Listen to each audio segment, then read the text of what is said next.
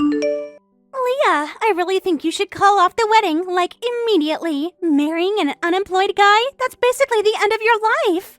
What? I heard from Sam. You're getting married, right? But I can't believe your fiancé is a NEET. Just because you like how he looks doesn't mean you should throw your whole future away. A NEET is a hard no. Hold on just a second. My fiancé is not a NEET. Huh? He works. He actually has a job. What exactly did my brother tell you? Well, he said your fiancé never leaves the house.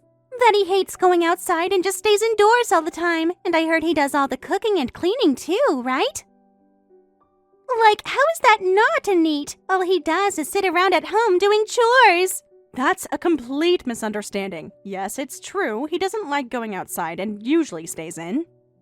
But that's because he works from home. He has a fully remote job. Wait, so he works from the house? Exactly. It's a fully remote position. He doesn't even occasionally go to the office. He chose a company where he can do everything from home because he really dislikes going outside. Oh, come on, that's not a real job. Work means going out, facing the world, meeting people. Sitting at home and pretending to work, that's just fake. Total NEET behavior. What? So it's true then, your fiancé's a NEET. I mean, what kind of adult never leaves the house? That's just weird. Leah, seriously, you need to rethink this whole wedding. I get it, he's your first boyfriend and you're probably caught up in the excitement. But marrying a NEET? That's a disaster waiting to happen. Again, I'm telling you, he's not a NEET. And while we're at it, if you think adults staying home is weird, then what about you? What about me? Well, you're always home too, aren't you? You're a stay-at-home wife. You spend all day in the house. So if staying home and working is such a problem, then aren't you the same as my fiancé? Oh, please, I'm a woman. It's normal for women to stay home, but a man staying home all the time, that's just creepy. Excuse me? A real man works outside. He should be sweating, hustling, making money in the real world. Just look at Sam. He's at a top-tier company, working from morning till late at night. That's what a man is supposed to be.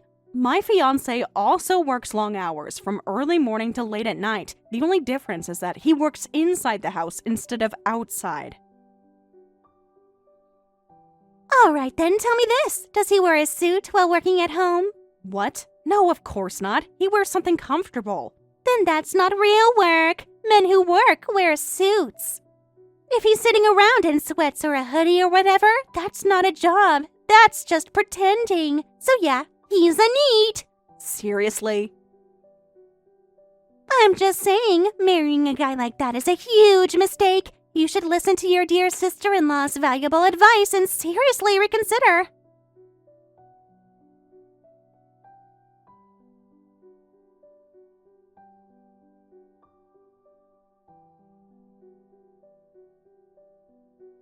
Hey, Sam! What on earth have you been telling Vicky about Dave? She just messaged me and mocked me, told me to call off the wedding because I'm marrying a jobless man.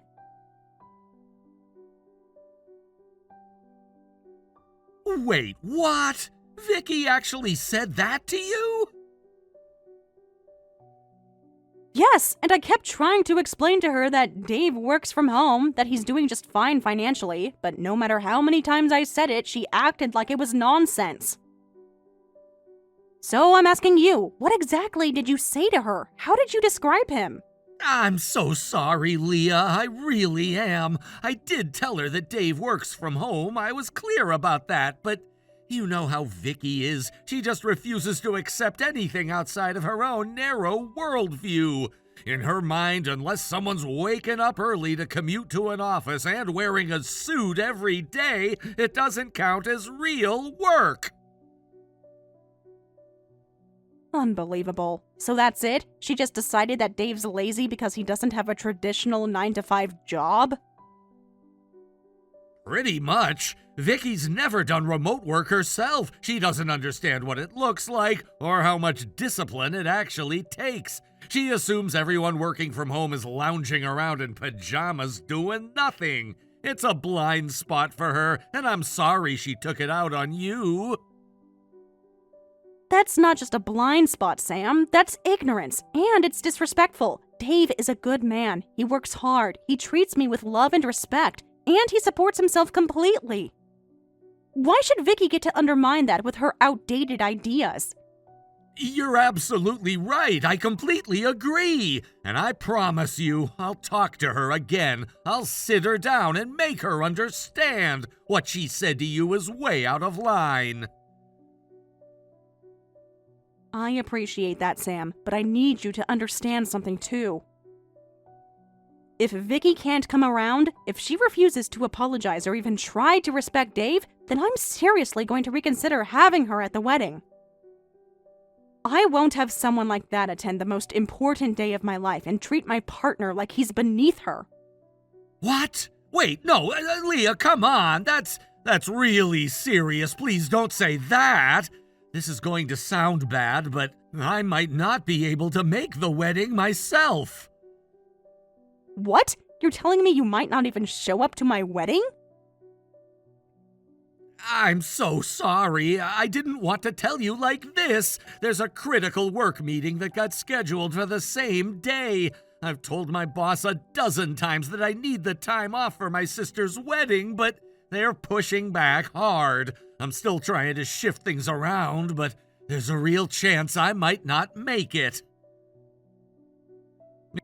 That really hurts, Sam. It kills me too, believe me. I want to be there. I want to see you in your dress and walk down the aisle and celebrate you properly.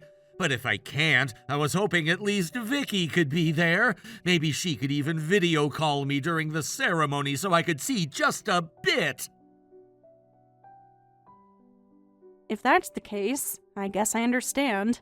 And maybe we could even set up a live stream or something so you can still be part of it. But I'm still not okay with how she treated Dave. I won't let that slide. I get it, and I'll take full responsibility.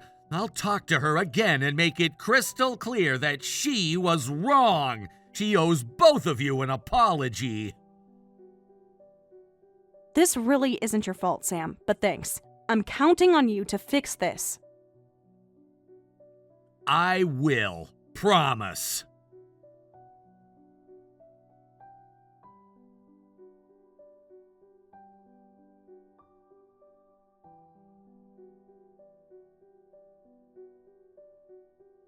Leah, congratulations on your wedding! What a beautiful day for a ceremony! Thank you so much! By the way, where are you right now? The ceremony starts in 10 minutes, but I don't see you anywhere. That's actually why I'm messaging you. I won't be attending your wedding after all. What? I did show up once, but I've already left. I'm in a taxi heading home. Wait, what? Why did you leave? Weren't you supposed to attend in Sam's place? We even scheduled a video call during the ceremony so Sam could be part of it. Yeah, well, honestly, there's no way I could sit through a wedding this tacky. I'm sure Sam will understand why I had to bail at the last minute. Tacky? What exactly about today's wedding do you think is tacky? I mean, come on. Hosting an extravagant wedding at a fancy venue while being unemployed? It's vulgar. Your husband is a shut-in NEET, and yet you're splurging like you're royalty. Who even thought this was a good idea? NEET? Wait, are you seriously still under the delusion that my fiancé is unemployed? It's not a delusion, it's a fact. You keep saying he's working from home, but that's just your excuse to cover up his NEET status. I've never seen a grown man stay at home and actually earn money. Wow, I didn't expect you to be this stubborn. I bet you're just relying on wedding gifts to pay for this whole thing. Your NEET husband clearly can't afford something like this. Honestly, throwing a wedding while counting on everyone else's money is just pathetic. Only low-class people do that. We paid for the ceremony ourselves. We're not relying on gifts from our guests. Oh, really? Then why did Sam write a $5,000 check for his wedding gift? What? Sam gave that much? Exactly. That's all the proof I need. You begged him for money because you couldn't afford the wedding. That kind of shamelessness is disgusting. You're just proving you should have never gotten married in the first place. You've got it all wrong. I never asked for a dime from Sam. This is exactly why I told you to break up with that NEET.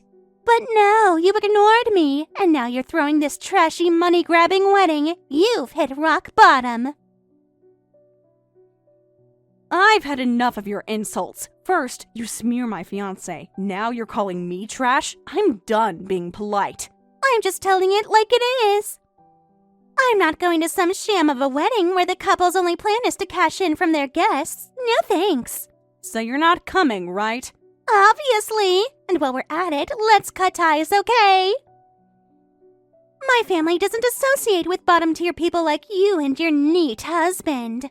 Is that so? My husband Sam works for a top-tier company.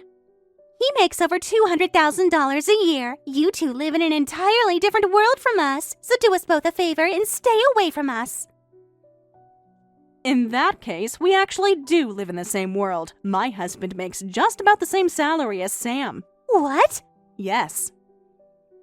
Dave, my husband, not a NEET, is a very successful software engineer. He works from home because he has a fully remote job, and guess what? He earns just as much as Sam, maybe even more. You expect me to believe that? I usually don't like discussing someone else's job, even if it's my husband's, but he's right here next to me and said I'm free to tell you. He's not a NEET. He's a brilliant engineer, fully remote, full-time, and highly in demand. An engineer? That's right. And if I remember correctly, you have a relative who works in engineering, don't you? You should understand what that job entails. Well, yes, I do. But none of them make that kind of money. Sure, it's a decent salary, but $200,000? That's insane!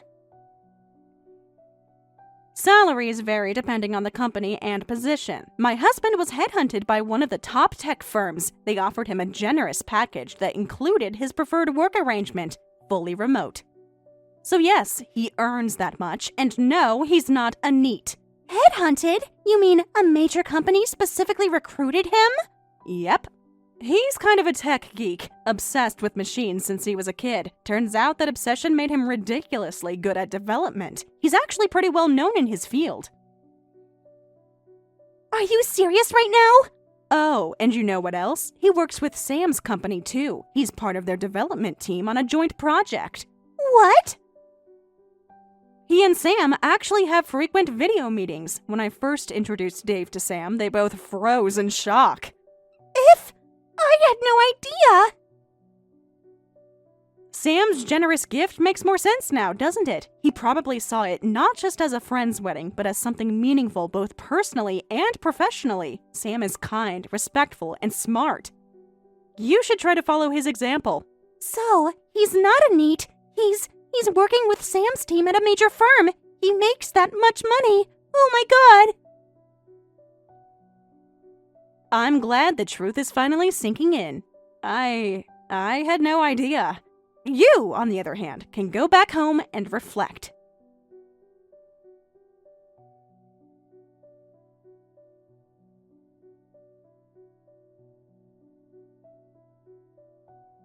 Why won't you let me in? I came all the way back, so let me in already. You left on your own, remember? And now you want to come crawling back like nothing happened? I don't care what you say. I'm not letting you through. I've already told the venue staff not to allow you inside, no matter what.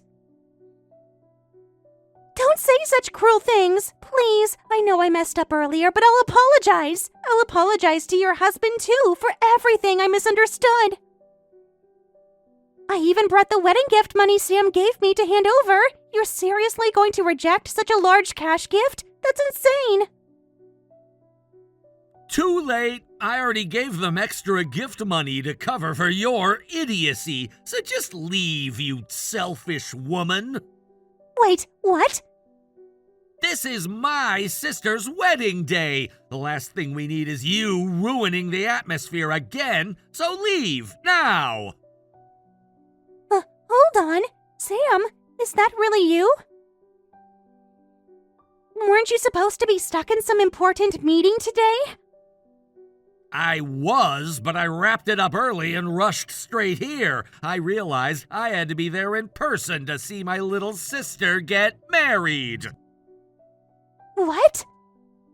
When I got here, you were nowhere to be seen. My sister had no smile on her face, and everyone looked tense. And then I found out why. I heard the whole story. You still thought Dave was a freeloader, didn't you?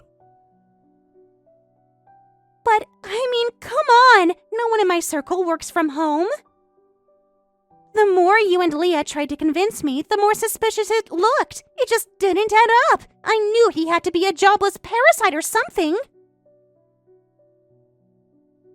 You're unbelievable. Your stubbornness goes beyond frustrating. You refuse to believe anything outside your narrow view of the world. You reject anything you haven't personally seen or experienced. But this time you've gone too far. When we get home, I expect you to sign the divorce papers. Divorce papers? You can't be serious. You're really going to leave me over this? Just because I misunderstood something a little? A little? This isn't just a little misunderstanding. You bailed on my sister's wedding at the last minute because of your stubborn pride and baseless suspicions. Even after I explained the situation over and over again, you clung to your assumptions and refused to listen. I've had it. We're done. You will be divorcing me. No, please. And another thing, I'm holding on to my sister's phone now. She's the bride. She shouldn't have to deal with your selfish drama on her big day. She deserves better. Sam, please, don't say things like that. Divorce is too extreme. I promise I'll change. I'll stop jumping to conclusions. I'll fix that part of me. I'll hear you out later, after I get back. For now, just stay where you are and keep quiet. I finally made it to my sister's wedding. I'm not wasting another second of it arguing with you.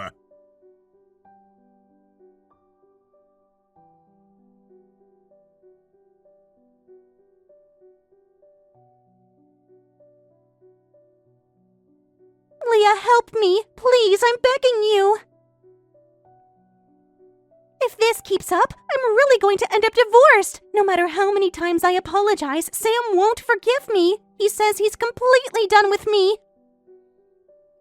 That he can't even imagine a future where we stay married. He keeps repeating it, that divorce is the only option left.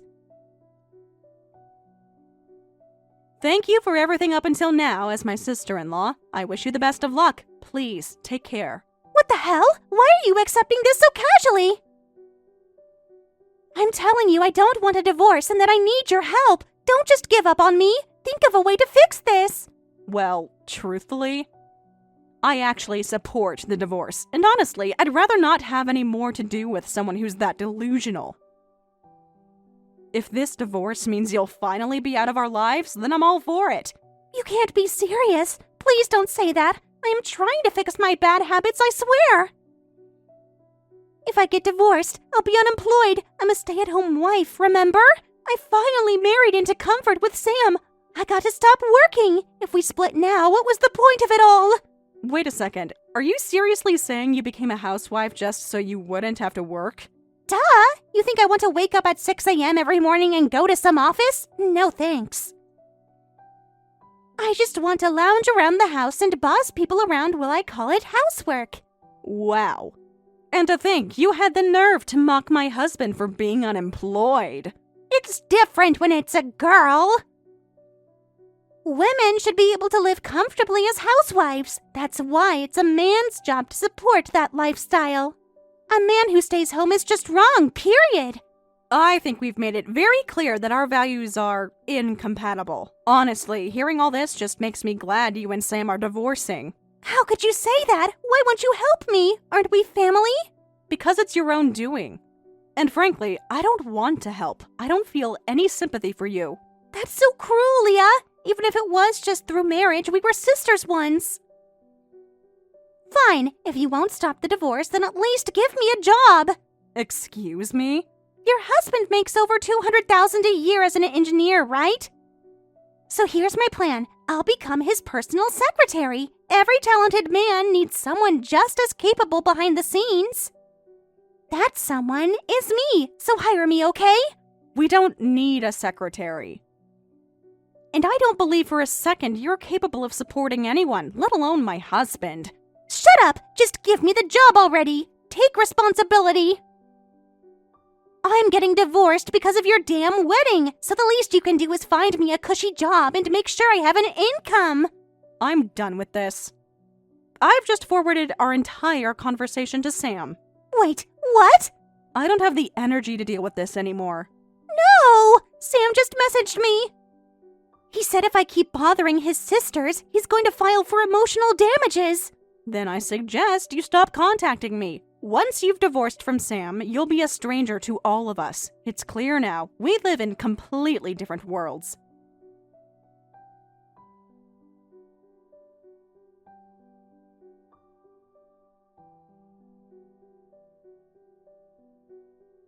Not long after that, my brother and his wife finalized their divorce. It wasn't exactly a surprise to those who had been paying attention. Apparently, for quite some time now, she had been causing trouble left and right. Her wild assumptions, impulsive behavior, and chronic misjudgments had created headaches for just about everyone around her, whether it was neighbors, family, friends, or even my brother's close circle of childhood companions. She had a knack for turning ordinary interactions into dramatic spectacles. More than once, she'd misread a friendly smile as flirting, or a casual conversation as betrayal. And every time, she reacted as if the world had personally wronged her. I used to wonder how my brother could put up with it. He's the kind of man who sees the good in people, always patient, always hoping for a change, even when everyone else has already given up. For years, he kept his frustrations to himself, telling us only that she was a little intense or that things are complicated. But we knew. We all saw the cracks forming in their marriage. Even if he tried his best to patch them up behind closed doors. I remember the day he finally told me it was over. His expression was calm, but I could see the sadness in his eyes. An exhausted kind of sadness. The kind that comes when you've given everything you have and still come up short. I asked him if there was anything that could have been done differently. He gave me a small, almost broken smile and said, I thought maybe if I stuck with it, if I supported her, she'd start to see the way her actions were affecting people. I hoped that maybe, just maybe, if I was patient enough, kind enough, she'd find a better way to handle things. But it's been years, and if nothing's changed after all this time, then maybe it never will. That was the first time I'd ever seen him truly give up on someone. Not in anger, not in resentment, just quiet resignation, and the bitter realization that love, no matter how strong, can't always fix what's broken.